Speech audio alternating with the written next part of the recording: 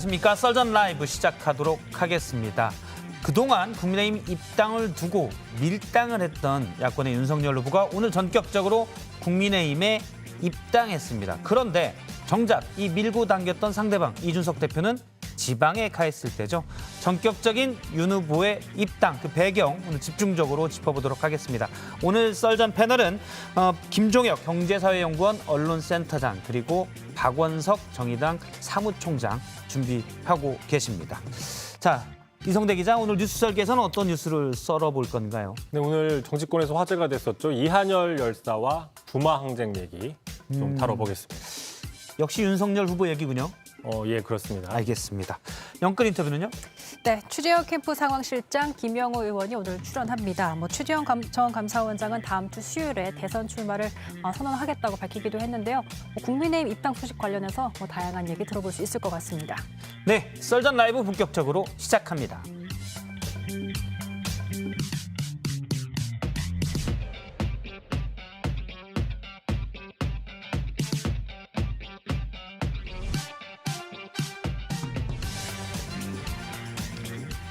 네, 날선 토크 썰전 라이브 시작합니다. 오늘 박원석 정의당 사무총장 그리고 김종혁 경제사회연구원 언론센터장 나와 있습니다. 그런데 김종혁 센터장님이 오늘 발표가 났습니다. 최재형 국민의힘 최재형 후보 캠프의 언론 미디어 본부장으로 나왔습니다. 지금까지는 그냥 어떤 개혁적인 목소리를 내주셨는데 지금은 이제 시청자분들이 보시기에는 최재형 캠프 측의 입장이다. 이렇게 좀 생각을 하면 되겠습니까? 맞습니다. 어쨌든 본인이 어디에 소속돼 있는지를 정확히 밝히고 하는 것들이 옳다고 생각을 하고요. 하지만 저는 여기에 나와서는 또 다른 문제를 얘기할 때는 저희 캠프의 입장을 밝힌과 동시에 또 다른 이슈에 대해서는 전직 언론인으로서 최대한 객관성을 가지면서 분석하고 평론하도록 노력하겠습니다. 알겠습니다. 저희가 이제 그 월요일에는 장제원 국민의힘 의원이었는데 그렇죠. 윤석열 후보랑 좀 가깝다고 평가되고 있고 많이 가까우시죠? 예. 그다음에 화요일엔 유상범 국민의힘 의원이 나오는데 역시 친윤으로 분류가 되고 있습니다. 그리고 이제 최재형 캠프 측에서도 조혜진 의원이고 그렇죠. 그다음에 김종혁 본부장님이 나오게 됐습니다. 민주당 쪽에서도 꽤 있죠. 민주당도 그렇습니다. 여야가 한 명씩 있기 때문에 네. 지금 박원석 사무총장님은 정의당의 사무총장. 네. 굳이 따지면 야당이지만 네. 진보적 입장에서 말씀을 하시는 것으로 보고 있습니다. 나머지도 다 이제 민주당 내부는 이제 민주당 의원들입니다. 썰전 라이브 첫 주제 강지영 아나운서가 준비했습니다. 윤석열 후보가 드디어 오늘 국민의힘에 입당했습니다. 대선 출마 선언한 지 한 달 만입니다. 윤 후보는 기자회견에서 이렇게 입당 소회를 밝혔습니다. 제1야당인 국민의힘이 주축이 돼서 정권 교체가 이루어질 수밖에 없다고 생각을 했고, 그리고 초기 경선부터 참여하는 것이 공정하고 맞는 것이라고 저는 생각을 해왔습니다. 입당 선배 최재형 전 감사원장은 정권 교체 함께하자 선의의 경쟁 기대한다며 환영 의사를 밝혔습니다. 출마 선언 이후 한 달 동안 이어져온 윤 후보의 입당 밀당. 이준석 대표는 거의 매일 8월에 경선 버스를 타야 한다고 했고 윤 후보는 계속 모호한 반응을 내놨죠. 결국 두 사람의 갈등설이 나오자 함께 치맥을 먹으며 화기애애한 모습까지 보여줬습니다. 그리고 바로 어제까지만 해도 이준석 대표가 윤석열 캠프에 합류한 국민의힘 인사들을 향해서 징계 카드를 꺼내며 입당을 압박하고 8월 초 입당을 확신한다고 했었는데요. 생각보다 빠른 윤 후보의 전격 입당, 그 배경은 어떻게 될까요? 예, 첫 주제는 윤석열 전격 입당으로 잡았습니다. 사실 저도 아침까지도 몰랐어요. 갑자기 속보에 오늘 입당 발표 나왔었고 그런데 뭐라고 해야 될까요? 공교롭다고 해야 될까요? 마침 이준석 대표가 지방에 전남에 가 있었는데 호남 방문 일정이 있었는데 이때 입당을 발표했습니다. 당에 가서 이걸 어떻게 해석을 해야 될까요? 저부터 해야 돼요? 예. 사실 저는 이거는 최재형 그 후보의 캠프의 입장에서 말씀드리는 건데 저희는 아시다시피 저희 캠프의 가장 큰 목표 그리고 아마 야당 후보들의 모든 목표는 다 같이 힘을 합쳐서 정권 교체를 하자라는 그런 게 큰 목표입니다. 그리고 최재형 원장 같은 경우는 그 윤 총장님한테 같이 회동을 하자, 만나서 얘기를 하자. 왜냐하면 이제 그 중에 당에 있는 여러분들이 밖에 나가서 활동을 함으로써 당내 분열, 갈등 같은 게 만들어지고 있기 때문에 이런 모습을 보여주는 것은 국민들한테 별로 좋지 않다. 예. 그러니까 어떤 야당의 힘을 결집하기 위해서 만나자. 이런 말씀을 드렸었기 때문에 그리고 동시에 저희는 계속 입당을 하시라라고 요구를 해왔던 그렇죠. 거예요. 따라서 오늘 입당하신 거에 대해서 저희는 굉장히 환영을 합니다. 환영. 예, 그리고 같이 손을 잡고 정권 교체를 해보자라는 입장인데요. 근데 솔직히는 굉장히 놀랐습니다. 아, 그렇습니까? 너무 놀랐죠. 갑작스러운 일이었어요. 너무 갑작스러워서 왜냐하면 그 윤 총장님이 어제 연합뉴스 TV하고 인터뷰를 하셨는데 거기에서는 입당 전에 어떤 활동을 하고 얼마나 많은 분과 소통하고 판단할지는 조금 더 지켜봐 달라면서 지루하지는 않게 하겠다 하셨거든요. 근데 불과 그 이후에 몇 시간 뒤에 입당을 하셨기 때문에 너무 전격적이었고 그렇죠. 사실 저희는 좀 타격도 있어요.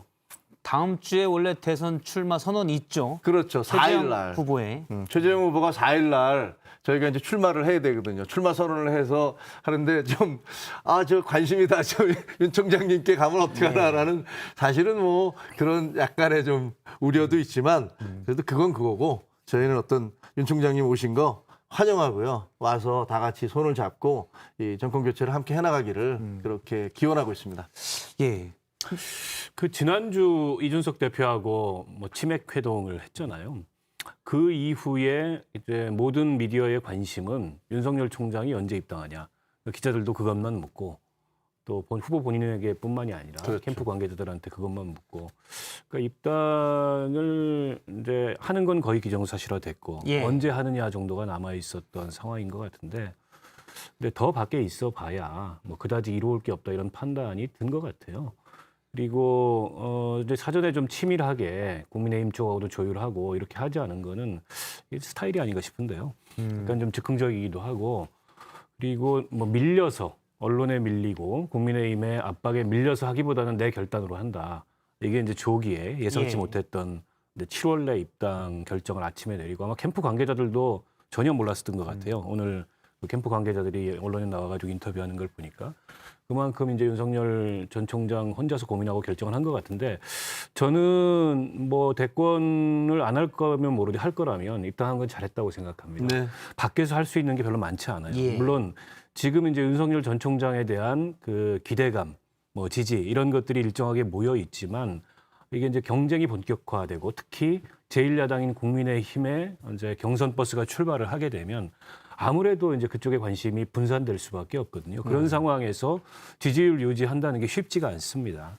과거에 이제 전례들도 볼 때 예. 나중에 가서는 결국 지지율이 빠졌던 그런 전례들도 있고 그래서 더 있어 봐야 이게 광야에서 지금보다 이제 더 나은 어떤 이 흐름을 만들어가기가 어렵다, 이해하기가 어렵다. 이게 아마 전격적인 입당의 그 배경이 아닌가 싶고요.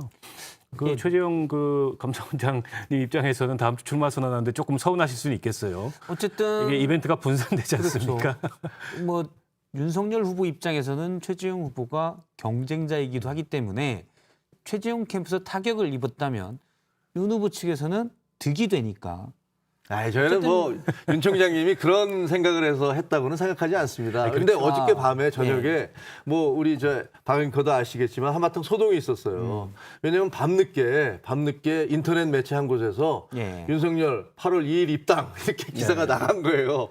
그러니까 뭐 전부 다들 깜짝 놀랐죠. 그래서 4일 저희도 대선 출마에 네. 준비하고 있는데요. 8월 2일 날 나가시나? 근데 그거 보니까 이제 그거 기사가 나가고 난 다음에 저희도 이제 대선 캠프 꾸리면 야, 이 기사가 도대체 어떻게 나간 거야? 뭐 이렇게 여러 가지 논란이 있었을 텐데 거기서 그걸 더 당겨버린 거예요. 예. 그러니까 깜짝 놀랐어요. 일단 이슈는 선점을 했습니다. 그러면 여기에서 사실 어제 윤석열 캠프에 김병민 대변인이 나왔었거든요. 패널로. 네. 그래서 입당 얘기를 한참 했었는데 이런 낌새를 저는 눈치도 못 챘어요. 그래서 뭐 11월 단일화 어떻게 하냐 이렇게 그때 묻고 몰랐을 했는데 거예요. 김병민 씨도 몰랐을 거예요. 그래서 지금 전화로 잠깐 연결이 됐습니다. 김병민 대변인님 나와 계시죠? 예, 얘기 잘 듣고 있습니다. 잘 듣고 계신가요? 일단 전해드릴 말씀은 네. 최재형 캠프 측에서 타격을 입었답니다. 저희가 그러려고 하는 의도는 전혀 없었고요. 들어가게 된다면 최재형 후보님 같이 만나 뵙고 예. 좋은 의견 나누면서 앞으로 공정한 경선할 수 있도록 저희가 잘 모시겠습니다. 알겠습니다. 그럼 한 가지 여쭤볼게요. 대변인이신데 윤석열 후보가 입당해야 되겠다. 언제 하셨습니까? 솔직히. 후보가 조금 전에 이제 말씀 주셨을 때 연합뉴스 TV 인터뷰를 말씀 주셨는데 예. 국민의힘과 함께하겠다는 의지는 이미 이준석 대표를 만나서도 안심을 시키고 얘기를 해놔서 예. 중요한 건 타이밍, 시간에 대한 내용만 남았습니다. 예. 그래서 이거 이제 후보의 결심으로 남겨두고 있었던 건데 여기에 대해서 아마 밤 사이에 고민을 했던 것 같고요. 어젯밤에 그 긴급 소동이 났던 인터넷 매체의 그 오보 소동을 얘기하셨잖아요. 예. 근데 이게 시간이 길어지면 길어질수록 언제 입당하냐, 또 그것이 사실이냐 아니냐를 가지고 국민의 피로감이 커질 수도 있겠다라고 하는 측면이 하나고요. 그리고 두 번째는 바깥 진영에서 오히려 많은 사람들과 중도 외연 확장을 하고 난 다음 입당하는 것이 옳지 않겠는가라고 하는 얘기들이 있지만 기왕 국민의힘과 함께하기로 마음을 먹었다면 예. 보다 전격적으로 당에 들어가서 더 많은 사람들과 함께 당을 혁신하고 당 자체를 외연 확장하기 위한 노력을 주도적으로 하자. 예. 이런 결심 때문에 알겠습니다. 오늘 오전에 전격 이 일이 이루어졌습니다. 그 오전에 김병민 대변인도 오전에 하신 건가요, 그러면? 후보에 대한 결심은 어제 밤에서 이제 오늘 아침 사이에 이루어진 것으로 보여지고 그래서 오늘 오전에 연락이 와서 긴급회의하자라고 해서 그 긴급회의 때 본인의 의견을 먼저 얘기하고 알겠습니다. 사람들의 의견을 물었습니다. 그리고 난 다음 동의를 했기 때문에 모두가 그 뒤에 권영세 의원에게 연락을 했던 거죠. 혹시 어제 하셨다면 어제 저희 패널로 나오셨기 때문에 전혀 언급을 그때는 안 몰랐죠. 하셔서 네. 제가 삐질 뻔했거든요. 근데 오늘 그 정도의 아셨다니까. 포커페이스는 제가 되지 않습니다. 알겠습니다. 그런데 이준석 대표도 없는데 김기현 원내대표도 없고요. 그러니까 다른 일정이 있어서 당을 비웠는데 사실은 입당이 큰 관심사였는데 일단 모양이 안 나오잖아요. 그래서 여러 가지 억측들이 있습니다. 오히려 이준석 대표 만나기 껄끄러워서 없을 때 간 것 아니냐 이런 얘기까지 나오거든요. 전혀 그렇지 않고요. 네. 이준석 대표와는 이미 치맥 회동을 통해서 충분히 다 모든 것들을 많은 분들께 알리지 않았습니까? 예. 그리고 입당이라는 게 이벤트 쇼가 되기보다는 진정성 있게 이 당에 들어가고 그리고 공정하게 경선하겠다라고 하는 후보의 입장을 전달하고 또 이 당을 더 변화하고 혁신하는 데 주도적인 역할을 하겠다는 메시지가 중요한 거거든요. 예. 그런 측면에서 후보의 결심이 섰을 때 전격적인 결정이 이뤄진 거라 굳이 이준석 대표의 지방 일정이나 이런 부분들과는 전혀 무관합니다. 예. 알겠습니다. 그럼 오늘 여기까지 얘기를 듣고요. 나중에 또 한번 스튜디오로 네. 모셔서 자세한 얘기 듣도록 하겠습니다. 고맙습니다. 예, 고맙습니다. 예. 일단 제가 팩트 체크. 정확히 말하면 팩트라기보다는 일단 김병민 대변인의 주장입니다. 오늘 오전에 알았고.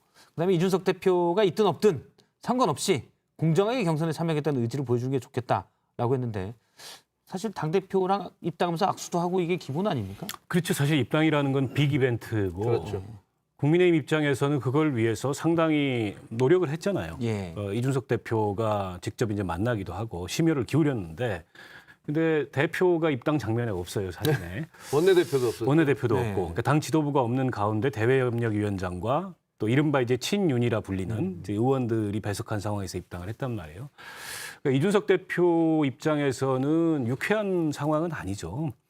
그러니까 사전에 조율까지는 아니더라도 예. 입당 의사를 좀 전달을 하고 그리고 기왕이면 당 지도부가 있는 자리에서 입당을 하면 이 빅 이벤트가 더 빛났을 텐데 어떻게 보면 이 입당이라는 것의 성과를 이준석 대표한테 돌리는 이준석 대표한테 그 성과가 온전히 돌아가는 이런 모습을 일정하게 좀 견제한 측면도 없지 않아 있는 것 같고 또 일부에서는 이제 기분 나쁜 거 아니냐. 예. 계속 이제 이준석 대표가 고압적인 자세로 입당을 압박하고 거기 이제 캠프에 참여한 사람들 징계하겠다 이런 얘기가 어제까지도 나오고 그래서 그런 기분 나쁜 거를 좀 표현한 거 아니에요 저런 식으로. 근데 이제 이준석 대표 입장에서는 이게 굉장히 불쾌한 일인데 불쾌한 티를 낼 수도 없어요. 불쾌한 티를 내면 자기 성과가 안 되잖아요. 그렇죠. 그렇기 기분 때문에 나쁘다라고 얘기해보면 안 네, 되니까. 근데 이제 이준석 대표 쪽의 멘트나 이런 걸 봐도 이제 아주 흔쾌한 상황은 아니에요 보니까. 그렇죠. 약간 이제 심사가 뒤틀려 있는 상황입니다. 지금 순천에 가 계시잖아요, 이준석 예. 대표. 여수 이쪽 계속 호남에 방문하고. 순천에 가서 윗장 아랫장 보셨다고 순천이에요. 하던데. 예. 그런데 통화를 하신 걸로 이렇게 알려져 있어요. 그러니까 입당한다고. 그래서 이준석 대표가 통화를 했는데 통화 내용이야 두 분이 했으니까 저희는 자세히 알 수 없지만 글쎄 두 분 다 그러니까 어쨌든 이준석 대표로서는 별로 이렇게 즐거운지는 않으셨을 것 같은 느낌은 드는데 예. 더 이상은 얘기 안 하겠습니다. 최재형 캠프 측이기 때문에 너무 굉장히 조심스러워요. 괜히 아. 뭐 다른 지난주까지 안 이러셨는데 갑자기 말수가 적어지시고 발언에 막힘이 없으셨는데 아니 왜 그러면 우리 저 최재형 후보 같은 경우는 굉장히 뭐랄까 품격 있는 것들을 요구를 하시고 네. 그다음에 남을 공격하거나 이런 것들을 하지 말자라는 것들이 예. 저희 캠프의 모토기 때문에 그래서 저도 뭐 말씀드리기가 상당히 조심스럽습니다. 좀 비판은 강하게 해주셔야. 아이 싫어요. 언론- 싸움 붙이지 마세요. 언론인일 때 안 그러셨잖아요. 비판은 강하게. 그래요, 뭐 와보세요. 그렇게 되나. 갈 일이 없습니다. 알겠습니다. 근데 저는 그것도 잘 이해가 안 돼요. 그러니까 이준석 대표가 사실은 상식적으로 보면 없는 날을 골라서 입당을 하지는 않았을 것 같고, 에이 오늘 입당해. 그런데 마침 없네. 아 그래도 하지 뭐 이렇게 됐을 가능성이 농후한데 일단 캠프 측에서 나온 얘기는 없는지 몰랐다. 그러니까 지방 일정을 간지 몰랐다라고 얘기했거든요. 당연히 입당할 거면 오늘 입당하는데 그럼 대표 있나 이렇게 다 알아보고 하잖아요. 몰랐다는 건 좀 받아들이기 어렵고요. 예. 이미 당대표 일정은 전날 다 나가고 설사 전날 나가는 당대표 일정을 미리 알지 못했다 하더라도 오늘 입당할 거면 당연히 대표를 만나서 근데 11시에 통화를 했잖아요. 네. 권영세 대외협력위원장. 그러니까 그때 권영세 이미 다 위원장이 분명히 알았겠죠. 얘기했겠죠. 그렇죠. 그럼에도 불구하고 입당을 한 거죠. 근데 뭐 없는 날을 골라가지고 일부러 오늘을 택일한 건 아닐 거고 그럼요. 없다는 걸 확인했지만 그래도 그냥 기왕에 결심한 거 입당하자 그렇게 된 것 같은데 이제 뭐 사람이 그렇습니다. 이게 사소한 것에서 이게 이제 심정이 상하고 예. 마음이 상하는 경우들이 있어요. 근데 이제 이준석 대표 같은 경우에는 대표된 이후에 여론이나 분위기 굉장히 좋았는데 당내에서 몇 차례 이준석 대표를 흔드는 일들이 있었어요. 송영길 대표하고 대표회담에서 합의한 내용 가지고 등등. 그게 이제 이준석 대표가 상대적으로 이제 젊고 그다음에 원내 경력이 없고 이제 그렇다 보니까는 중진들이 좀 길들이기 하는 거 아니냐라는 식의 시각도 있었는데 뭐 이번 윤석열 총장의 그 대표 없는 가운데 전격 입당을 뭐 그렇게까지 하지 않겠지만 어쨌든 이 대표 입장에서는 상당히 공을 들이고 예. 어떻게 보면은 본인의 성과가 생긴 거죠. 성과를 만든 건데 오늘 이제 입당 장면에 없음으로 인해서 다소 그런 것들이 조금 약해진 게 아쉬울 겁니다. 저도 굳이 싸움을 붙이려는 건 아니고요. 생각해보면 만약에 김종인 전 비대위원장 시절이라면 네. 김종인 전 비대위원장이 지방 방문 일정인데 그때 야권의 유력 대선 주자가 갑작스레 입당한다? 사실 상상이 안 되거든요. 그렇게 비교를 해보면 일단 뭐 윤 후보 측에서 이 대표를 크게 고려하진 않았다라고 볼 수 있을 것 같네요. 제 코멘트 하라고요? 예. 공격적으로 좀 해주세요. 노 코멘트. 그거는 제가 할 수 있는. 나중에 이제 그쪽 네. 캠프 관계자가 나오면 여쭤보시고 저희가 뭐 그 부분에 대해서까지 추정으로 해서 가정이 전제한 그런 예. 질문에 대해서 답변을 하지 않는다. 그리고 뭐 알겠습니다. 정치인들이 하는 답변 다 아시죠? 정치인이 되셨다고 지금. 네. 아니 그건 아니지만 알겠습니다. 네. 그러면 저게 있습니다. 그러면 제가 박 총장님께 계속 여쭤보면 네. 앞서 이제 최재형 캠프 측에서는 8월 4일 대선 출마 선언식을 준비하고 있었는데 갑작스레 입당을 해버리면 물론 윤 후보 측에서 그럴 가능성도 있습니다. 8월 2일, 3일 입당을 하자니 오히려 더 예의가 아닌 것 같아서 빨리 일단 땡겨서 하자. 어차피 한다면. 그렇게 판단하고 결정했을 가능성도 있긴 한데 결과적으로는 어쨌든 최재형 캠프에 뭐 타격이 됐어요. 8월 2일이나 3일 날 입당하면은 정말 빈정상했겠죠. 그렇죠. 그나마 지금 아직 한 뒤로 며칠이 있기 때문에 예. 그리고 주가 넘어가니까 그나마 다행인데 그래도 이제 시선이 좀 분산되겠죠. 그리고 오늘은 약간 약식 입당식이었고 정식으로 입당 환영식을 하겠다는 거 아닙니까? 예. 그럼 이제 뭐 의총이나 지금 의총이 가능할지는 모르겠는데 대부분 휴가 중이어서 지도부 회의나 이런 데서 이제 입당 환영식을 할 텐데 그런 것도 이제 관심이 좀 분산될 거고 그러나 어쨌든 최재형 원장 입장에서는 뭐 그건 그거고 지금 최재형 원장의 출마 첫 일성이 뭐냐에 대해서 굉장히 관심이 많아요 사람들이. 예. 그분이 살아왔던 뭐 라이프 스토리 이건 이제 호평들이 굉장히 많은데 라이프 스토리 가지고 대통령 되는 건 아니잖아요. 근데 어떤 비전과 어떤 메시지를 가지고 국민의힘 경선에 나설 건가. 그러니까 지금 최재형 원장의 지지율이 조금씩은 반등하고 있지만 뭐 생각했던 만큼 그렇게 큰 반등은 없거든요. 그거는 이제 그분이 왜 대통령이 되고자 하는지에 대해서 아직 사람들이 들은 바가 없기 때문에 그리고 인구에 회자되는 얘기가 없기 때문에 그렇습니다. 우리 이제 김종혁 원장께서 들어가셨으니까 아마 좋은 비전이나 메시지를 만들어 주시지 않을까 기대하겠습니다. 현재 작업 중이신가요? 좋은 메시지를 만들기 위한. 그거는 뭐 저희는 저희 후보 자체가 메시지라고 생각을 합니다. 솔직히. 왜냐하면 이분이 평생 살아왔던 삶, 그러니까 예. 그 이웃을 사랑하고 봉사하고 그런 실천적인 삶이 있지 않습니까? 예. 그리고 제가 보기에는 이제 보수 후보로서는 보수가 어떤 따뜻한 보수, 이렇게 관용하고 포용하는 보수의 모습을 평생을 보여오셨어요. 그래서 저희는 그겁니다. 우리 후보를 알면 좋아할 수밖에 없게 된다. 그런데 또 그런 말들도 있습니다. 왜냐하면 저기 좋은 분, 네. 인간적으로 좁고 봉사하는 분들 음. 또 사회 곳곳에 많이 있거든요. 그렇죠. 굳이 또 그러면 대통령까지 하셔야 되냐? 요거는 또 그거는 다른 이제 얘기여서. 본인이 예. 제가 여기서 얘기할 수 없는 것이고 그것은 이제 본인이 선언문을 통해서 본인이 왜 감사원장을 그만두게 됐는지, 왜 정치를 하겠다고 결심을 한 건지, 그리고 또 어떤 나라를 만들겠다고 생각하시는 건지 부분에 대해서는 본인이 지금 열심히 쓰고 계세요. 퇴고를 하고 계시니까 그 부분에 대해서 아마 말씀을 하시지 않을까, 그리고 국민들에게 동의를 구하지 않을까 그런 예. 생각을 하고 있습니다. 알겠습니다. 윤 후보가 사실은 입당을 미룰 때는 중도층의 민심을 얻어서 그 민심을 같이 품고 국민의힘이 입당을 하겠다라는 취지로 캠프 측에서 많이 얘기를 했거든요. 근데 전격적으로 됐는데 과연 그러면 지금 중도층의 민심을 다 얻었냐? 이 부분은 의문입니다. 그래서 즉 빠른 입당이 외연 확장에 도움이 될 거냐? 이런 의문이거든요. 저는 뭐 그것을 전략의 우선순위에 두지 않겠다라는 판단을 한 것 같아요. 선택의 문제였다. 네, 최근에 윤석열 전 총장 지지율이 이런저런 구설이나 이유들로 인해서 좀 빠졌잖아요. 근데 빠지는데 핵심적인 이탈의 흐름은 어디서 나타났냐면 중도하고 호남이었어요. 근데 지금 윤석열 전 총장 포지션에서 보수라고 해서 확고한 지지 기반을 갖고 있다. 그럼 1위 후보긴 하지만 보기 어렵거든요. 그리고 저기가 이제 경선이 시작되면 경선하는 한 달 내내 스포트라이트는 그쪽을 향해서 비출 거고 윤석열 전 총장의 움직임은 상대적으로 이제 관심에서 좀 멀어질 예. 가능성이 있습니다. 아마 그게 더 걱정됐을 거예요. 그래서 우선 집토끼 잘 잡고 여기 단돌이 하고 어차피 대한민국 대선은 결국엔 51대 49 이런 싸움으로 가게 될 텐데 그때 이제 이 정권 교체를 바라는 민심 또 문재인 정부의 실정에 대해서 비판적인 중도층의 여론 이런 것들을 소구하는 뭔가 또 다른 카드를 제시하자 뭐 이런 판단 그러니까 전략의 우선순위에 대한 판단을 새롭게 한 게 아닌가 싶고 예. 저는 잘했다고 생각합니다. 왜냐하면 지금 광야에서 저러고 있다 그래서 중도층 민심이 잡히는 게 아니에요. 윤 후보 입장에서는 만약에 윤석열 총장이 이른바 제3지대로 끝까지 대선을 완주하겠다.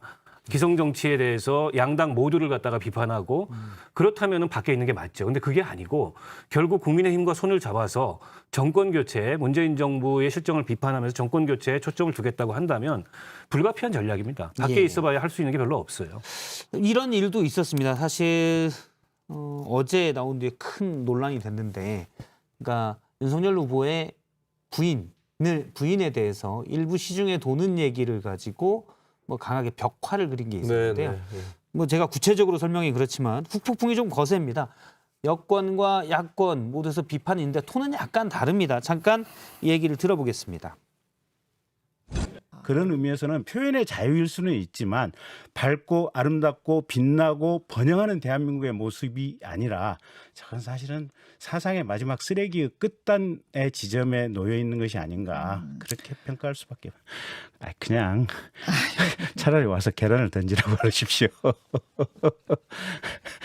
계란을 던지라고 그러시고요. 이게 그러니까 이건 뭐냐면 저건 칼만 안 들었지 사람 앞에서 협박하는 거거든요. 보면. 명백한 사회적 폭력입니다.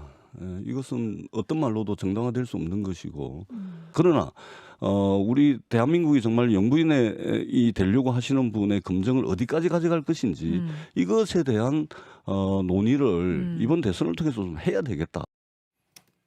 예, 전재수원은 명백한 사회적 폭력이라고 전제하면서도 해당 벽화가 검증되지 않은 의혹으로 사실 인신공격 가능성이 있기 때문에 그런데 영부인이 되시려는 분의 검증을 어느 선에 할 것인지는 이번 대선에서 좀 논의해야 될 대목이다라고 또 끝에 달긴 달았습니다.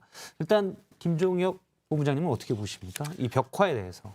저것은 제가 보기에 저 벽화를 그리고 그다음에 뒤에다 이제 뭐 사람들 이름까지 쫙 써놨잖아요. 저런 식으로까지 선거를 치러야 되나라는 그런 생각이 들고요. 분명한 것은 우리 최재형 후보께서 가장 먼저 저 부분에 대해서 강력한 비판의 메시지를 내셨어요. 예. 분명히 뭐 윤석열 총장에 대해서 우리는 뭐 선의의 경쟁자죠. 다들 같이 가야 되는데 하지만 정치판이 이렇게 가면 안 된다. 이런 식으로 혼탁하면 안 된다라고 그런 의미에서 어떻게 보면 본인이 평소에 알고 있는 그런 본인의 이미지와는 다를 정도로 강력한 비판의 메시지를 페이스북에 올리셨거든요. 예. 그러고 나서 그게 이제 약간 터닝 포인트가 된 게 아닌가 이런 생각은 들어요.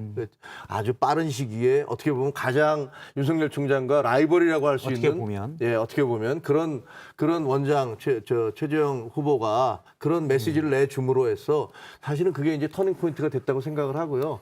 그렇지만 이런 태도는 뭐 선거하는 내내 저희는 일관된 입장입니다. 선거 예. 이렇게 치르면 안 된다. 네. 일단 최재형 캠프의 입장은 그런데 역시 그냥 김종혁 본부장님이 개별적으로 보시기에도 이건 선을 넘었다고 보시는 거죠. 아니 물론이죠. 예. 저렇게 하면 안 되죠. 용인되면 안 되는 거죠. 저런 행위가. 저건 한 개인의 인격에 대한 일종의 말살이고 또 이게 사회적으로도 용납받기 어려운 일종의 폭력이고요. 그리고 공직선거에 나선 후보자는 명백한 검증의 대상입니다. 그리고 그 가족들도 뭐 일정하게는 검증의 대상이 될 수 있다고 하지만 그 검증은 어디까지나 검사의 아내로서 그 김건희 씨가 이 자신의 남편인 검사의 권력을 이용해서 부당하게 이권에 개입했거나 어떤 부패 행위를 저질렀거나 예. 그런 것들이지 윤석열 총장을 만나기도 전에 있었던 개인의 사생활이 어떻게 대선 이 전국에서 그게 검증의 대상이며 논란의 대상이 될 수가 있겠습니까? 이제는 대한민국도 좀 그런 건 넘어서는 좀 나라가 되고 넘어서는 예. 정치 문화가 만들어졌으면 좋겠다는 생각이 들고요. 저는 여야 모두 마찬가지입니다. 또 이제 그 선거전이 격화되면 야당은 또 여당 후보들을 상대로 또 여당은 야당 후보를 상대로 이제 이런 문제들을 들고 나오거나 굳이 이 후보들이나 혹은 정치인들이 그걸 거론하지 않더라도 요즘에 이제 강성 지지층들이 형성이 돼서 그 강성 지지층들 사이에서 이제 저런 식의 논란을 만들어내는 경우가 많고 이번도 그런 거지 않습니까? 근데 저는 그 강성 지지층들의 그런 행동에 대해서 이 후보자나 정당이 책임이 있다고 생각해요. 네. 엄중하게 그걸 갖다가 단속하고 경고하고 문제 제기를 해야 됩니다.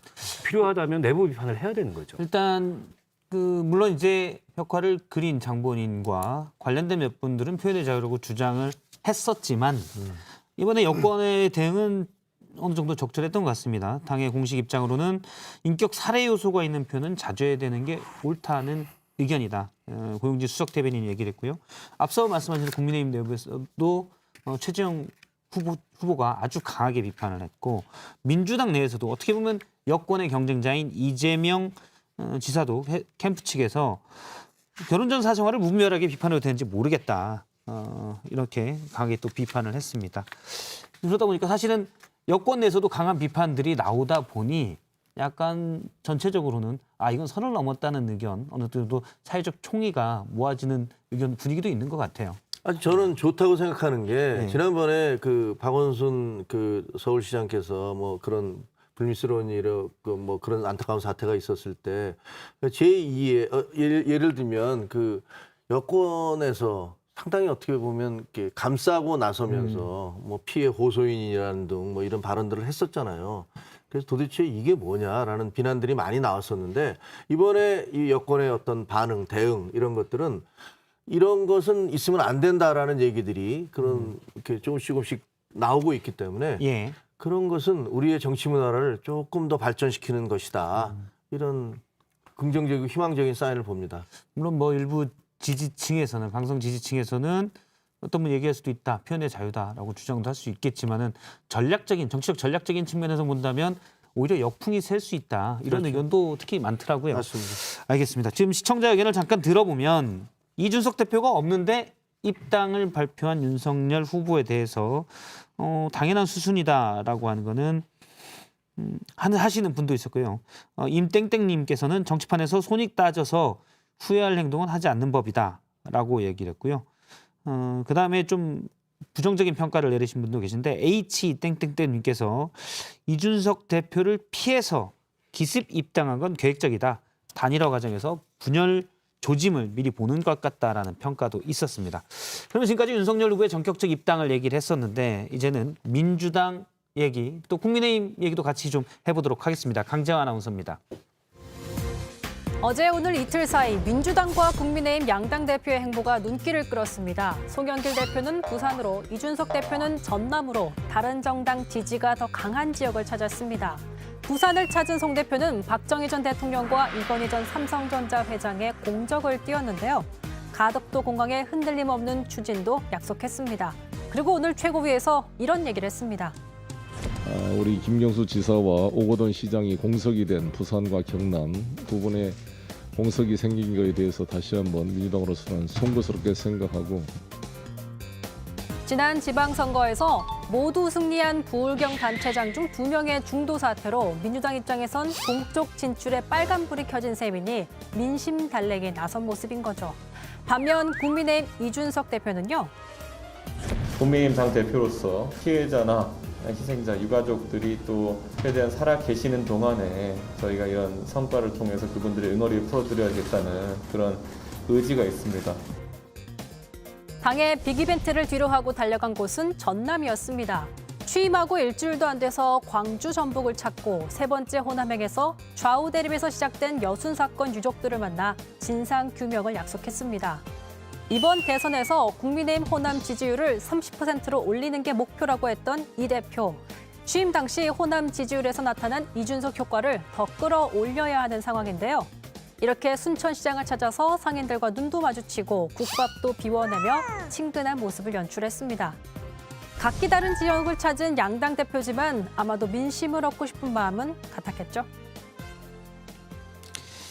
예, 두 번째 주제는 부산 간 여당, 호남 간 야당으로 잡았습니다. 사실 뭐 긍정적이라고 볼 수도 있을 것 같습니다. 그러니까 민주당은 지지 기반이 많지는 않았던, 물론 이제 어느 예전보다는 많이 좋아졌지만 부산으로 갔었고요. 국민의힘에서는 지지 기반이 상당히 약했던 호남에 가서 활동하는 모습들을 보이고 있습니다. 역시 뭐 좀 민심을 챙기는 모습이라고 봐야 되겠죠? 예, 뭐 선거 때 당연히 하는 일이고 또 익숙한 모습인데, 근데 이제 민주당은 지금 부산의 지지 기반이 급격히 와해되고 있는 상황이거든요. 예. 그러니까 작년 그 총선 그리고 그 이전의 지방선거 때하고 비교해 보면 지금 이제 민주당에서의 민주당의 영남에서의 기반이 많이 무너졌어요. 예. 근데 굉장히 고민일 겁니다. 이걸 어떻게 복구할까 굉장히 고민일 텐데, 그걸 복구하는데 중심적인 역할을 해야 될 사람들이 해당 그 지역의 자치단체장들인데 거의 공석이에요, 다. 그렇죠. 경남지사 이번에 김경수 지사 수감됐고 부산시장 지금 뭐 공석이고, 그에 대해서 송영길 대표도 의식하고 이제 좀 사과의 뜻을 표했습니다만, 지난 이제 재보궐선거 앞두고 부산시장 재보궐선거 앞두고 가덕 신공항이라는 회심의 카드를 뽑아들었는데 이 카드가 별로 소용이 없었어요.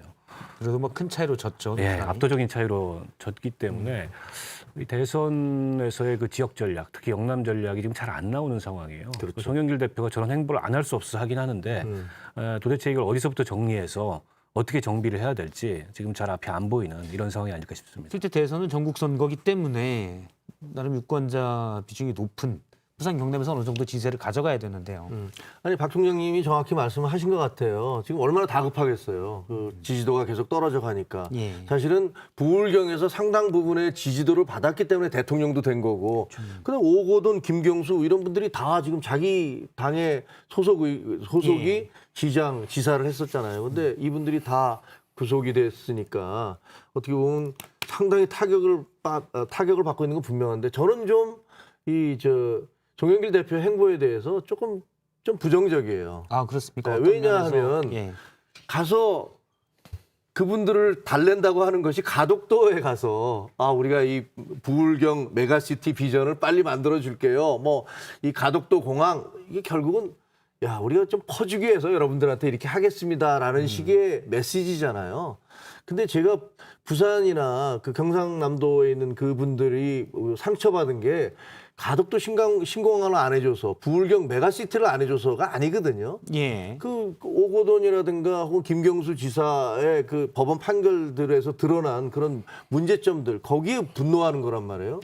근데 그런 것들을 그냥 죄송합니다라는 정도로 하고 거기다가 이거 해드릴게요, 저거 해드릴게요라고 얘기하는 게 과거에는 어땠는지 모르지만 요즘같이 스마트한 똑똑한 유권자들이 그걸 보면서 그래, 우리가 너 찍어줄게 이러지는 않지 않을까. 일단 가덕도 신공항 문제는 이제 국토부에서도 예산의 효율성이나 이런 문제를 가져서 상당히 비판적인 의견을 낸 바 있습니다. 그 이미 뭐 여러 차례 그 문제가 검토가 돼가지고 그 김해공항 확장이 가장 합리적이다라는 그럼요. 결론이 내려진 문제를 결국에는 이제 이게 위반되고 등 돌리는 민심을 잡기 위해서 개발 공약을 세게 걸고 이걸 추진을 한 건데, 근데 그게 이제 효과를 봤으면 모르겠어요. 그러면은 그 전략이 유효하다 하고 대선 때 그걸 밀고 나가면 되겠지만 지난 재보궐선거 때 재미를 못 봤단 말이죠. 예.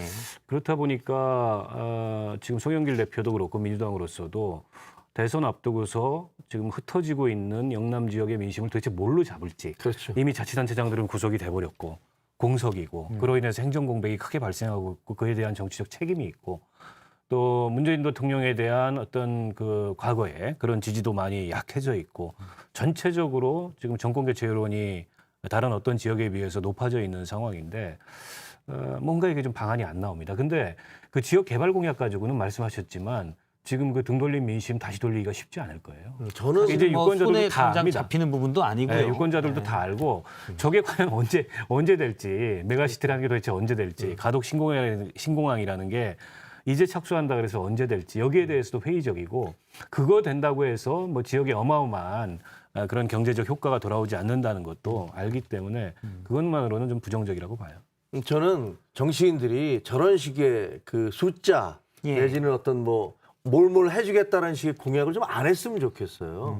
왜냐하면 그 최저임금 1만 원을 제 임기 중에 관철시키겠습니다라고 문재인 대통령께서 공약을 했고 그러다 보니까 다른 의원들도 심지어는 지금의 야당 의원들도 어쩔 수 없이 끌려 들어가서 다 했거든요. 당시 이제 유승민 후보도 했었죠. 네, 네. 다 했어요. 모든 후보가 다 했어요. 그 나중에 제가 만나서 그 후보들 얘기 들어보니까 정말 너무 후회한다고 그러더라고요. 안 되는 줄 알았지만 그렇지만 그때 당시에 무슨 참모들이라든가 대학 교수라든가 이런 분들이 저쪽에서 저렇게 세게 나오는데 우리는 그거를 부인하면 표 못 받습니다. 이런 얘기를 해서 공약을 걸었다는 거예요. 그런데 문재인 대통령 그 10,000원 공약 때문에 얼마나 고생했습니까? 처음에 첫 해에 16점 몇 프로를 올렸잖아요. 최저임금을. 그 후 폭풍 때문에 자영업자들이 얼마나 많은 눈물을 흘렸고 아르바이트 하는 대학생들이 일자리를 잃게 되고 너무나 많은 그런 부작용이 있었거든요. 이런 식으로 이제는 더 이상 이루어지지 않았으면 좋겠어요. 일단 뭐 최저임금에 대해서는 이런 얘기도 있습니다. 그러니까 최저임금이 인상돼야 되는 거는 맞는데. 맞죠. 그런데 이제 너무 급격한 인상을 하면 그 이제 자영업자들이나 시장이 경제가 충격에 의해서 오히려 부작용이 커질 수 있다. 그러니까 어떤 기술적인 문제들을 얘기하는 들도 있습니다. 아니 그러니까 경제 상황에 따라서 맞춰서 가야 돼요. 그런 예. 거는. 근데 그런 것과 아무 상관없이 내가 이걸 하겠다고 숫자를 목표치를 딱 정해버리면 그럼 경제가 세계 경제가 뭐 후퇴하든가 이래서 안 되면 어떡할 거예요. 예. 이게 이슈는 아니지만 기왕 얘기가 나왔으니까 결과적으로 보면 문재인 정부 지난 4년 동안의 최저임금의 평균 인상률은 박근혜 정부 수준에 머물러 있습니다. 그렇죠. 예. 결국 저는 이 정책이 잘못된 게 아니고 1만 원까지 가겠다고 하는 게 그걸 추진하는 전략이나 방식에 문제가 있었습니다. 사실 첫해 둘째가 급격하게 올랐고 오락가락했고 물론 코로나도 있지만 우왕좌왕하고 급브레이크를 밟고 결국에 지금 와서 손을 놔버린 이런 정책이 돼버렸어요. 소득주도 성장 정책 전반이 그렇지 않습니까? 예. 그런 것들을 좀 되돌아봐야 될 것 같습니다. 알겠습니다. 호남에 간 이준석 대표도 잠깐 볼까요? 이준석 대표가 순천에 있는 시장을 방문해서 호남에서 민주당과 겨뤄보겠다. 뭐 이런 의지를 드러내기도 했습니다. 잠깐 보겠습니다. 참 많이 반겨주시는 것 같습니다. 제가 요즘 느끼는 게 우리 국민의힘이 지금까지 호남에서 행보를 호남 주민들이 저희를 뭐 싫어해서가 아니라 저희가 오히려 두려워서 하지 못했던 것이 아닌가 그런 생각이 들어서 저희가 민주당과 경쟁할 수 있을 정도로까지 내놓도록 하겠습니다. 예, 일단 뭐 국민의힘에서 김종인 전 비대위원장 이후로 호남 방문이 부쩍 늘었고요. 태도도 상당히 적극적으로 변했습니다. 물론 여론조사 기관마다 조금씩 다르긴 하지만 최근에 리얼미터 조사를 분석을 해보면 이준석 대표 전에 그러니까 5월 넷째 주에 호남 지지도가 9%가 조금 안 됐는데 7월 셋째 주로는 16.1%로 많이 오른 부분도 있어요. 물론 오르지 않은 여론조사도 있고 사실은 지역별 여론조사가 모수 자체가 너무 작기 때문에 오차 범위가 상당히 크다는 한계는 있습니다. 일단 뭐 계속되는 국민의힘의 호남행에 대해서 좀 평가를 해주신다면요. 아니, 저는 정말 잘하고 있다고 생각을 해요. 그 이준석 대표가 정확히 분석을 했다고 판단을 하는데 지금 그렇게 얘기하잖아요. 우리가 호남에 대해서 너무 두려워했던 것 같다.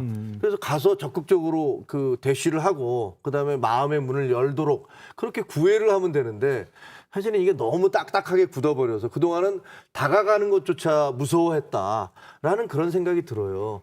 아니, 호남에도 보수적인 분들이 왜 없겠어요. 굉장히 많이 있으실 거라고요. 그런데 당에서 내려와서 적극적으로 저희 정책은 이런 겁니다라고 얘기를 했을 때 아마 마음의 문을 여셨을 거예요. 그런데 그런 노력 국민의힘은 그동안 안 했었거든요. 근데 그 젊은 당대표가 와서 저런 식의 어떤 새로운 바람, 그 다른 관점의 접근, 이거 굉장히 좋다고 생각하고 국민의힘에서도 저걸 굉장히 앞으로도 호남에 대한 마음의 문을 열고 적극적인 구애를 하는 것. 아픈 상처들이 있었잖아요. 그거를 치유하려는 노력을 국민의힘이 해야 된다. 그런 생각을 합니다. 이번에 제가 눈여겨본 거는 여순 사건의 유가족들을 만난 겁니다. 진상규명법이 국회에서 통과가 돼서 진상규명길이 열렸지만 어쨌든 여순 사건은 우리 대한민국 현대사에 어쨌든 이념적인 분열을 상징하는 그런 사건이거든요. 제주 4.3 사건과 더불어서. 맞아요. 근데 이제 그런 사건에 대해서 보수 정당의 대표가 가서 진상규명하기 위해서 최선의 노력을 다하겠다. 저는 잘하는 일이라고 보고요. 다만 이게 이제 일관성을 가져야 됩니다. 이준석 대표 때는 이랬다가 또 이게 이제 지도부가 바뀌고 이러면 또다시 5.18 관련돼서 망언이 나오고 이러면 이제 호남은 믿지를 못하는 거죠. 사실은 그 국민의힘을 지지하는 사람들도 소수지만 있을 거예요, 호남에. 근데 그런 분들이 국민의힘을 지지한다고 얘기 못하는 이유가 그 원인은 저는 국민의힘에 있다고 생각해요. 그동안에 광주나 호남의 주민들의 우리 유권자들의 마음에 상처를 주는 언행들이 얼마나 많았습니까? 이전에 뭐 김순례 전 최고위원 같은 경우 자유한국당 시절 했지만 국민의힘 당시 자유한국당이 지금 전신이죠. 제대로 대응하지 않았었잖아요. 대응 안 했었죠. 당시 국회의원들이 지금 있는 분도 꽤 있고. 네, 단호하게 대응하지 못했고 그러니까 이준석 대표가 지금 이제 만들어야 될 호남에서의 신뢰는 다시는 그런 시대로 돌아가지 않는다라는 신뢰를 만드는 게 핵심이 아닌가 싶습니다. 발언만 좀 안 하시면 되거든요. 그 역사의 문제니까 그렇죠. 사실은 자꾸만 역사의 상처를 이걸 긁어서 또 상처를 내고 피가 나면 또 굳을만 하면 또 긁고 이러면 안 되거든요. 그거는 학자들에게 그리고 역사가들에게 맡겨놓고 우리는 미래를 좀 얘기했으면 좋겠다. 그런 생각입니다. 알겠습니다. 오늘 두 분 얘기 여기까지 듣도록 하겠습니다. 고맙습니다. 고맙습니다. 이번엔 라이브.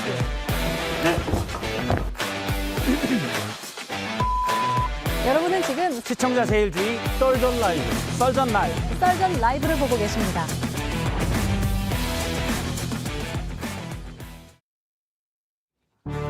이 시각 주요 뉴스 알아보겠습니다. 이인영 통일부 장관이 오늘 오후 민간단체 대북인도협력 물자 반출 신청 2건을 승인했다고 밝혔습니다. 이는 북한의 보건 역량 상황의 시급성을 고려한 것으로 인도 물자의 종류나 시기 등은 공개하지 않았습니다. 법무부가 다음 달 9일 정부 과천청사에서 가석방 심사위를 열고 광복절 기념일 가석방 규모와 대상자를 심의합니다. 심사 대상에는 현재 서울구치소에 수감 중인 이재용 삼성전자 부회장도 포함된 것으로 전해졌습니다. 현재 전국에 폭염특보가 내려진 가운데 일부 해안을 제외하고 대부분 지역에 폭염경보가 발효 중입니다. 기상청은 주말 전국에 비 소식이 있지만 주 초반부터 다시 찜통 더위가 이어지겠다고 전망했습니다.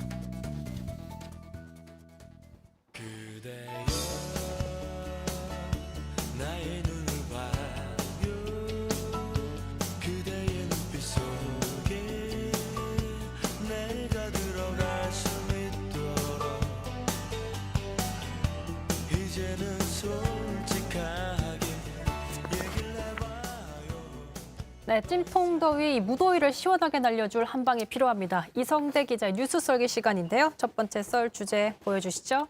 네, 바로 준비한 영상부터 보겠습니다.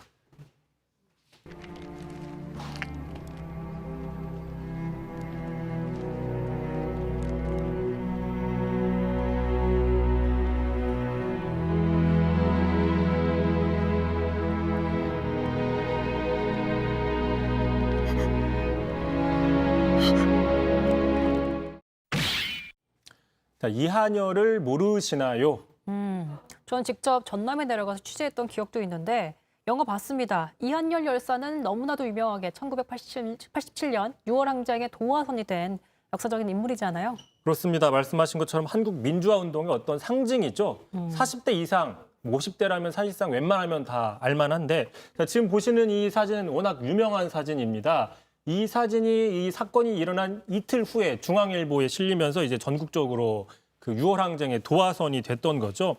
이 사진에 보시면 당시 저 이한열 열사, 저 최루탄에 맞고 쓰러진 열사를 부축해주는 사람, 또 현재 그 연세대 도서관 근무하는 이종창 씨인데 제가 한 10몇 년 전에 기자 초반 때 또 직접 인터뷰를 해본 적도 있습니다.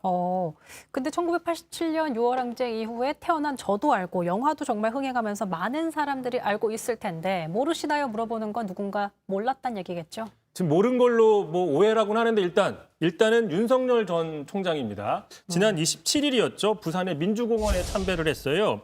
그때 그 이한열 열사가 그려진 벽화, 뭐 여기도 벽화가 나오네요.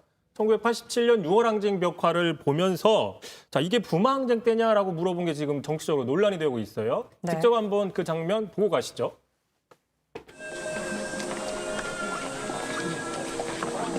이한열 21일 전에 참 부마 사태. 이거 부마인가요? 예. 대학 1학년 때니까 생생하죠. 그때가. 자, 부마 항쟁 지금 말씀 본 것처럼 윤석열 전 총장 대학교 1학년 때인 1979년 그래서 기억이 생생하다고 했어요. 근데 이 부마 항쟁은 박정희 정권에 대한 그 군사 독재에 대한 항거로서 일어난 겁니다. 1979년 부산과 마산에서. 네. 자, 반면에 그 이한열 열사가 숨진 6월 항쟁은 1987년입니다. 전두환 정권에 대한 항거입니다. 자, 물론 둘 다 군사 독재에 대한 항거, 저항이라는 민주화 운동이긴 하지만 이 두 사건은 엄연히 연도도 다르고 시대적 배경도 전혀 다른 사건인 거죠. 근데 보니까 옆에 국회의원들도 보이는데 아무도 정정을 해주지를 않고 있는 모습이 좀 보였고요. 아무튼 이 기자가 앞에 보여준 1987 영화에서 강동원 배우가 이제 이한열 열사의 역할로 나오는데 정말 많이 보셨어요. 700만 넘게 흥행한 걸로 알고 있는데 윤 전 총장이 그럼 이 영화를 안 본 걸까요? 참고로 저도 이 영화 예전에 봤습니다. 그리고 거기 보면 그 하정우 배우가 검사로 출연을 합니다. 어쨌든 윤 전 총장이 봤을 거라는 그 명확한 확실한 증거가 있어요. 왜 그런지 작년에 국감 때 이런 얘기를 했거든요. 직접 들어보시죠. 제가 지금 이 도표를 보니까 참 1987 그 영화가 생각이 납니다. 이게 뭡니까? 저 도표라는 게 국감 당시 그 라인펀드 사태에 대한 책임론을 묻기 위해서 여당에서 도표를 만들었더니 그걸 보니까 마치 그 87년도에 그 공안 경찰이 간첩 조작단 그 도표 같은 걸 만든 거랑 비슷하다는 식으로 얘기를 한 거죠. 그렇다면 영화를 봤다는 얘기인데 이한열 열사를 그럼 모를 리가 없는 거잖아요. 근데 왜 이런 상황이 벌어지게 된 거죠? 그렇습니다. 안다는 증거 또 있습니다. 지난 17일이었습니다. 북 광주의 5.18 묘역에 가서 이한열 묘소를 직접 참배를 했어요. 저렇게. 네. 그러면서 87년 당시에 자신은 대학원생으로 연세대 앞에 살았다. 그러면서 그 사건을 직접 목격하지는 않았지만 그 전후 상황은 아주 잘 알고 있다. 이렇게 또 언급을 했어요. 자, 불과 열흘 전에 이렇게 얘기를 했는데 부산에 가가지고는 이한열 열사의 벽화 앞에서 부마항쟁이냐라고 물어봤기 때문에 이제 논란이 생기는 거죠. 자, 논란이 커지니까 윤 전 총장 오늘 직접 이렇게 해명을 했습니다. 들어보시죠. 그걸 모르는 사람이 저희 나이 또래 누가 있겠습니까? 그건 말이 안 되는 얘기고. 자, 그렇다면 애초에 상황을 짚어볼 때 왜 부산을 방문했을 때 이한열 열사의 모습을 보면서 부마항쟁이라는 말이 언급이 된 건지 그게 좀 문제점이 될 것 같아요. 그래서 이제 그 부분에 대해서도 해명을 했습니다. 먼저 한번 들어보시죠. 저는 처음에 부산 마산 지역 그 항쟁인 줄 알고 서울의 그 연세대학교 앞 이런 거는 생각을 못 했는데 말씀을 하셨기 때문에 제가 보고 맞네요. 이렇게 하고 그다음에 부마와 이제 60에 대한 얘기를 지금 나눴는데 그런 게 어떻게 해서 나왔는지 좀 저도 이해가 잘 안 됩니다. 네. 그러니까 설명을 해보면 헷갈린 게 아니라는 의미로 저희가 해석할 수 있겠네요. 지금 방금 설명을 좀 길게 했는데 솔직히 좀 약간 애매합니다. 답변이. 그러니까 무슨 이야기인지 정확히 좀 뭐 들어오진 않는데요. 자, 어쨌든 간에 이게 그런 게 아니었다. 난 다 알았지만 뭐 그 두 가지 얘기를 하다가 섞였다. 이런 해명으로 받아들인다고 해도 자, 이한열 열사의 모습이 그려진 장면을 보면서 자, 이건 부망쟁인가요? 라고 끝날 게 아니라 이거는 유월항쟁 같은데 이건 부망쟁이 아닌 것 같은데 이런 식의 부연 설명을 했다면 전혀 논란이 생길 일이 없었던 거죠. 자, 그러다 보니까 이제 방송이나 언론에서는 촬영을 하지 않습니까? 분명히 언론 기자들이 반이 있기 때문에 어떤 그 메시지 같은 것들이 조금 더 오해할 수밖에 없었다라는 분석이 나오는 거죠. 그 며칠 전에 120시간 발언과 좀 같은 맥락인 겁니다. 자, 그러다 보니까 여당에서는 어쨌든 간에 이거는 민주주의 의식에 대한, 민주주의 역사에 대한 심각한 그 근본적인 부재다라고 비판을 하고 있어요. 이렇게 얘기를 했습니다. 이재명 경기지사. 이게 단순한 착각이라고 하더라도 너무나 부끄러운 역사 인식이다라고 얘기를 했고요. 김두관 의원 같은 경우에는 이게 대한민국 정치인의 평균 상식보다도 미달이다. 뭐 이렇게 비판을 했습니다. 자, 어쨌든 윤 후보가 대권 후보인 만큼 일거수일투족이 또 조명받을 수밖에 없고 그 전하는 의미가 파장이 다르기 때문에 앞으로 이제 입당을 하셨으니까 오늘 메시지 관리가 좀 더 체계적으로 이뤄지기를 바라보겠습니다. 자, 두 번째 썰 주제 보여주시죠. 네, 두 번째 주제도 보겠습니다. 한국과 일본은 단지 가까운 나라라서가 아니라 모든 분야에 걸쳐 오랜 세월 동안 관계를 맺어왔지요. 정치, 경제, 문화. 그런데 왜 한국만 비과학적이라고 비판을 하느냐? 지금 한국 대표팀이 저희가 자체 도시락을 조달해서 먹고 있잖아요. 이거에 대해서 계속 일본 정치권에서 시비를 하고 있습니다. 아니, 지금 올림픽이 한 반 정도 지났어요. 근데 일본 정부가 여전히 이거 가지고 시비를 걸고 있다는 자체가 또 이해가 안 되네요. 지난 엊그제였죠, 엊그제. 일본 중의원 의원이 후쿠시마 출신 이렇게 얘기를 했어요. 자, 한국이 이렇게까지 하면 모욕이다, 자기들한테. 자, 한국은 감정이 우선하거나 과학적인 사고를 하지 못하는 거 아니냐라는 목소리도 나온다. 자, 우리나라는 감정이 우선하고 과학적 사고를 하지 못한다? 자, 바꿔 얘기하면 일본은 이성적이고 과학적인 사고를 하는 거냐? 따져봐야 되겠죠. 자, 후쿠시마산 식재료가 정말 100% 안전하냐? 이거에 대해서는 아직 검증된 게 없습니다. 뭐 일부에서는 지금 세슘이 기준치보다 높게 나온다고도 얘기를 하고 있어요. 근데 무작정 안심하고 먹으라고 하는 게 감정적인 겁니까? 비과학적인 겁니까? 또 반면에 과학에서는 뭐 0.001%도 상당히 큰 차이잖아요. 네. 우리나라가 0.001%의 어떤 그 우려도 좀 미리 대비를 하겠다라고 해서 도시락을 먹는 게 이게 감정이 우선하는 건지 비과학적인 건지 한번 따져봐야 될 건 거죠. 어디가 과학적이고 어디가 비과학적인 건지. 그러니까 항상 이런 얘기 나오면 이해가 안 되는데 우리 선수 먹을 거 우리가 챙기겠다라고 얘기를 하고 있습니다. 우리한테만 그러는 거예요, 지금? 그렇습니다. 자, 그렇게 먹을거리를 좀 홍보하고 싶었으면 올림픽이 아니라 뭐 음식 페스티벌 같은 걸 열었어야죠. 올림픽을 열어놓고 자꾸 먹을 걸 가지고 얘기하는지 이해가 안 된다는 반응인데요. 네. 정작 말씀하신 것처럼 미국도 지금 자체 도시락을 봉수해서 먹고 있습니다. 그런데 미국에 대해서는 아무 이야기를 하지 않고 있어요. 우리나라에 대해서만 뭐라고 하고 있어요. 지금 일본이 미국에 대해서는 침묵을 하고 있다는 거죠. 자, 이런 태도 역시 비과학적인 거죠. 우리가 아니라 일본 측이 비과학적인 거 아니냐, 감정에 치우친 거 아니냐라고 볼 수 있는 건데 참고로 어제 우리나라가 유도 한일전에서 졌죠. 네. 사투 끝에 졌어요. 근데 보신 것처럼 우리 조구함 선수가 먼저 가서 1등의 손을 들어줬단 말이죠. 자, 일본도 이런 걸 좀 보면서 그 주최국으로서의 어떤 스포츠맨십 같은 걸 한 번 더 깨달아야 되는 게 아니냐, 뭐 이렇게 볼 수 있을 것 같습니다. 네, 사실 오늘도 방송 준비하면서 안산 선수가 또 금메달 딴 경기를 지켜보면서 했었는데 남은 일주일 우리 선수들 한국 도시락 먹고 힘내서 또 메달 소식 들려주길 바라겠습니다. 이성대 기자 수고하셨습니다.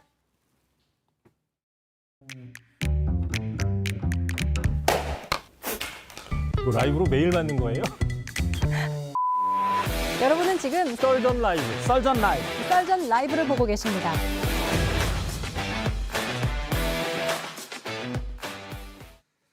예, 오늘 두 번 영끌 인터뷰 시간입니다. 국민의힘 대선 주자죠.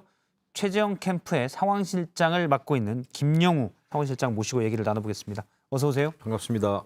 예, 사실 앞서 썰전 패널에 김종혁 이제 최재형 캠프 언론 미디어 본부장이 오늘 이제 결정돼서 발표가 됐기 때문에 아까 방송 나오시더라고요. 네. 깜짝 놀랐습니다. 그러다 보니까 저희 썰전 금요일 썰전에 이렇게 두 분이 최재형 캠프에서 나오게 된 셈이 됐는데 다음엔 좀 조정을 좀 하겠습니다. 네, 저희 잘못은 아니죠. 그렇죠.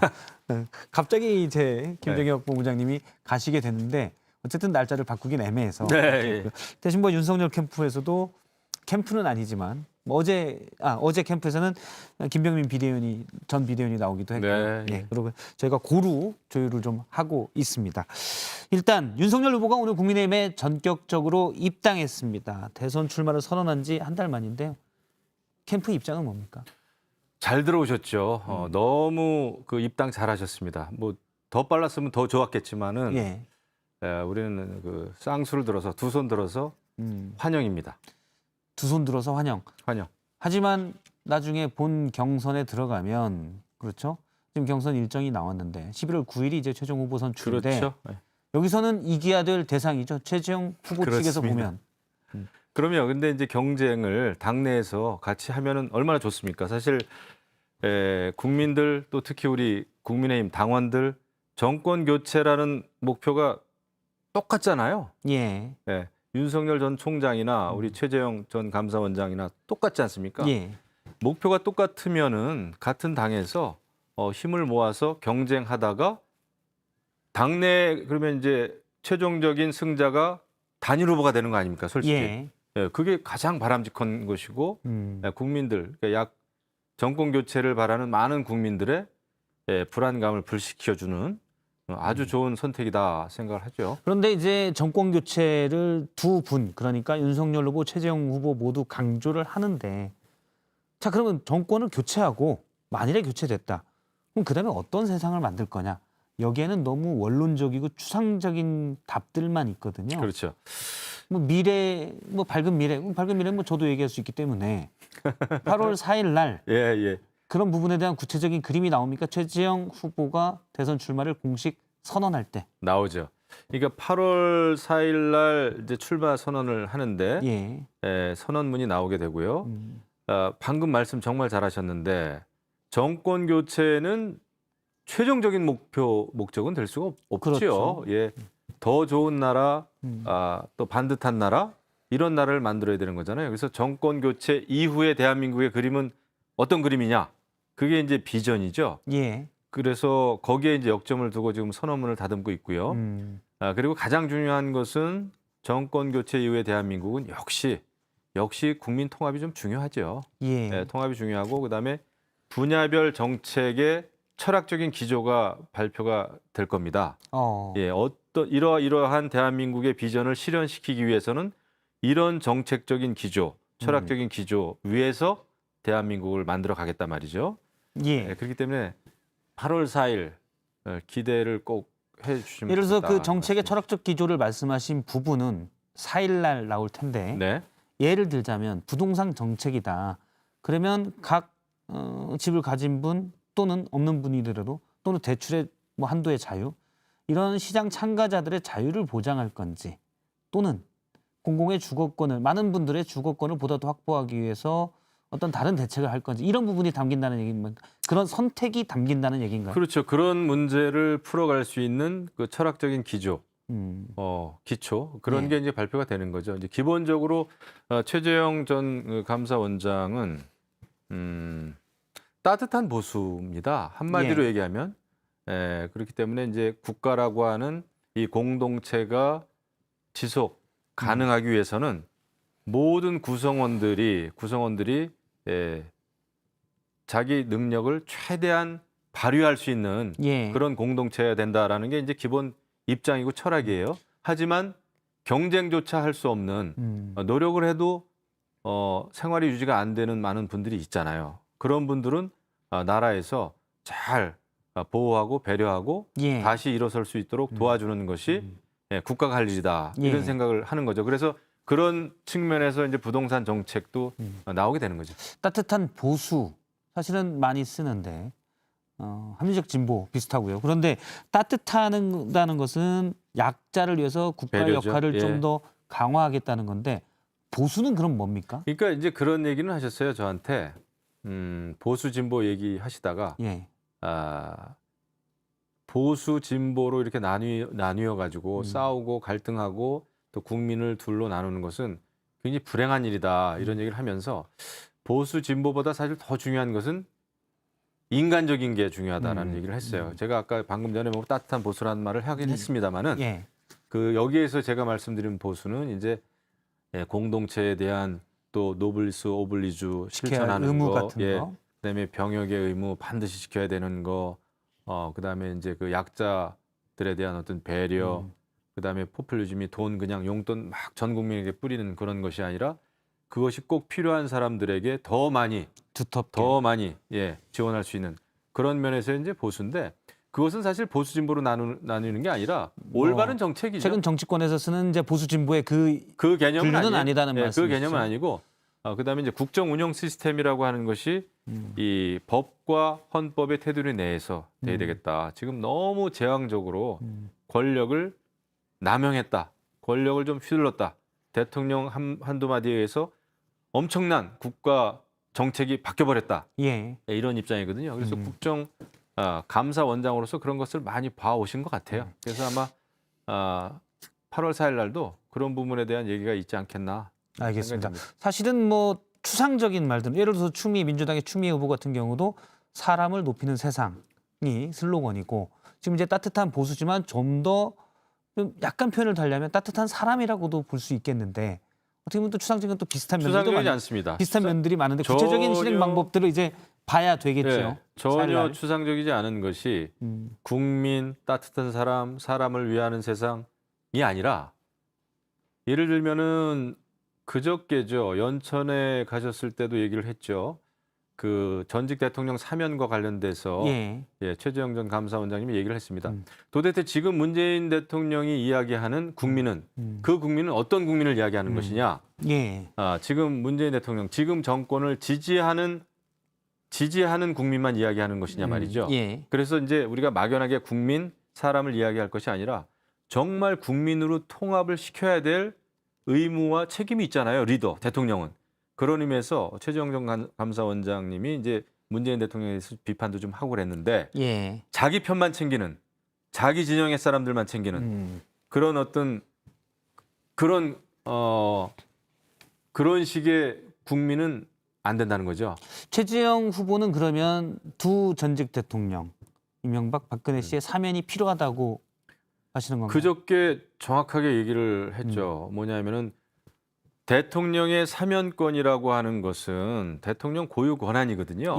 이 고유 권한은 국민 통합을 위해서 써야 한다.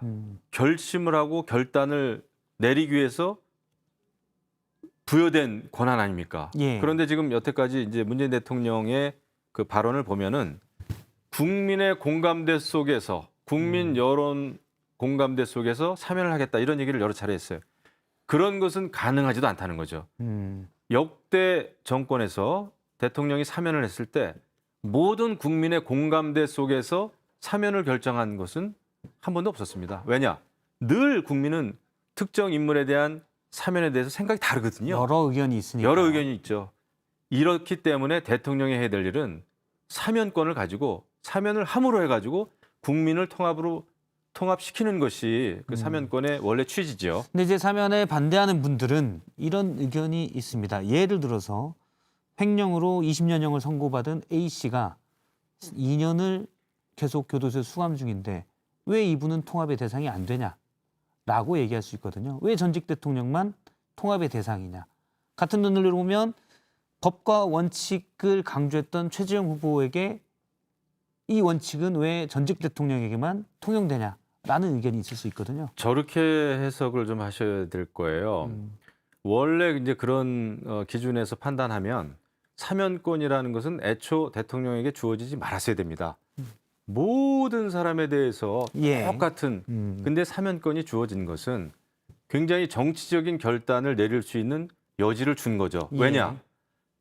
국민 통합입니다. 국민 통합이고 상징적인 그 인물이 가지고 있는 상징성 때문에 여러 가지 법 조문에 따르면은 굉장히 그 불균형, 불평등일 수도 있지만은 전직 대통령을 사면함으로 해서 많은 국민들이 지금보다 조금 더 통합으로 갈 수 있다, 조금 더 화해할 수 있다라고 하면은 그 사면권은 정의로운 것이죠. 그렇기 때문에 사면권이 대통령에게 주어진 거죠. 일단 A교도소에 수감 중인 가상의 B 씨로는 다른 국민들이 관심이 없기 때문에 사면권의 혜택을 못 받을 수 있는 그런 상황이 근데 되는군요. 보통 또 특사를 할 때 여러 가지 그 어떤 생활이 물론, 어려운 예. 분들, 경제사범 이런 분들도 이제 특별 사면이 많이 되어 왔죠. 그런 이유 때문에.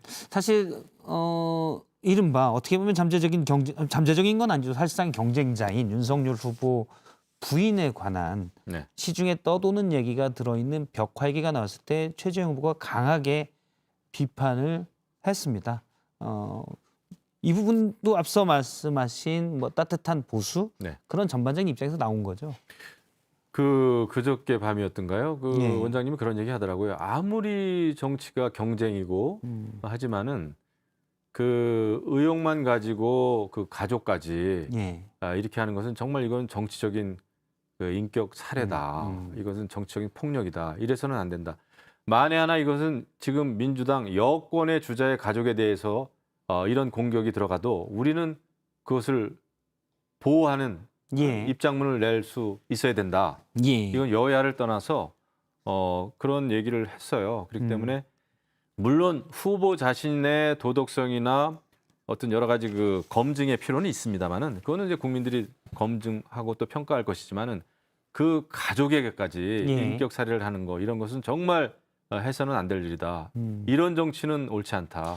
예, 사실 라는 뭐 차원이죠. 사생활의 부분이라고 하면 그거는 뭐 검증이나 확인 이런 부분들이 불필요할 수도 있지만 전재수 민주당 의원은 이런 얘기를 했습니다. 여러 영부인이 되려고 하는 분의 검증을 어디까지 할 것인가 이 논의가 필요하다.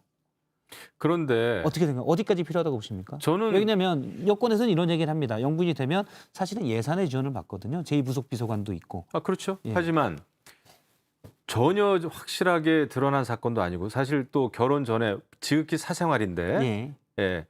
뭐 그런 일이 설사 있었다고 하더라도 저렇게 벽에다가 그림을 그려가면서 의혹 제기를 해야 될까요?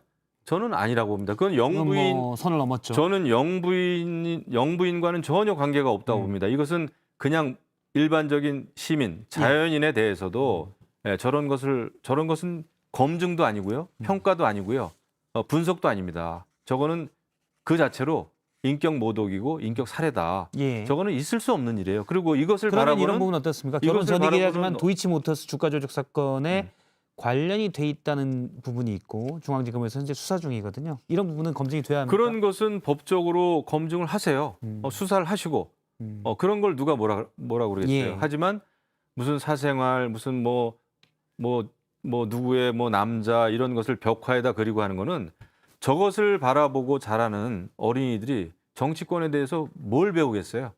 정치에 대해서 무슨 기대와 희망을 갖겠습니까? 저는 굉장히 저도 그 분개를 했어요. 예. 알겠습니다. 따뜻한 보수를 표방한 예. 최재형 캠프의 김영우 상원시장을 모시고 얘기를 들었습니다. 오늘 감사합니다. 말씀 고맙습니다. 고맙습니다.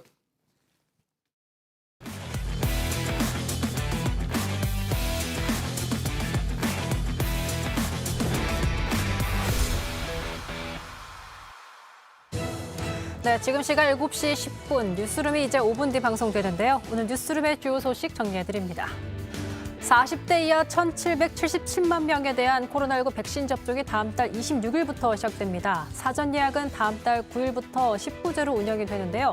예약 날짜와 생년월일 끝자리가 같아야 예약할 수 있습니다. 백신 대란 속에 수급 일정에 문제는 없는지 잠시 뉴스룸에서 짚어봅니다. 윤석열 후보가 오늘 국민의힘에 전격 입당했습니다. 국민의힘 당사를 찾아 입당 원서를 제출한 윤 후보는 정권 교체를 위해서는 제1야당에 입당해 정정당당하게 초기 경선부터 시작하는 게 도리라는 입장을 밝혔습니다. 자세한 내용 잠시 후 뉴스룸에서 전해드립니다. 네, 오늘 썰전 라이브는 여기까지입니다. 계속해서 뉴스룸이 이어지고요. 저희는 다음 주에 뵙겠습니다. 고맙습니다.